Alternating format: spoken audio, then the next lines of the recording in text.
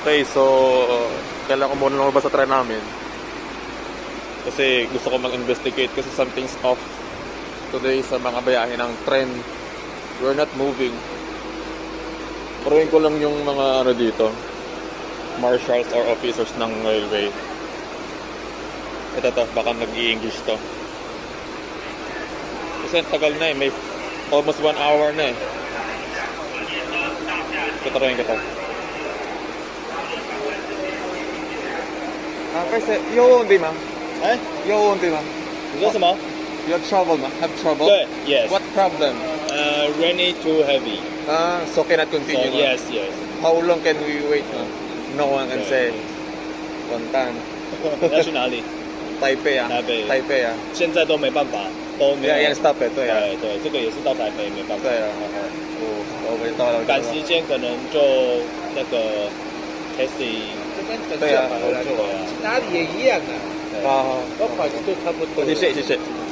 地球。Ayun, so narinig nyo daw. Sabi ng official is, no one knows kung kailan magdadiretso ang biyahe kasi sa sobrang heavy rain, start ang mga biyahe ng release ng tren. So, this is a way of protecting yung travelers ng Taiwan. Prevention is better than accidents or parang cure, parang ganun. Tama na rin yung ginawa nila. Iniingatan nila yung mga passengers nila. They were trying to risk travels for today. So babalik ko na lang sa wagon ko. Dito sa wagon number 4 ako. Doon na lang muna ako and I will observe na lang muna sa progress, pero at this state ng lakas ng ulan, maybe it will not continue talaga. So walang makagawa kundi mag-antay. We have to deal with this.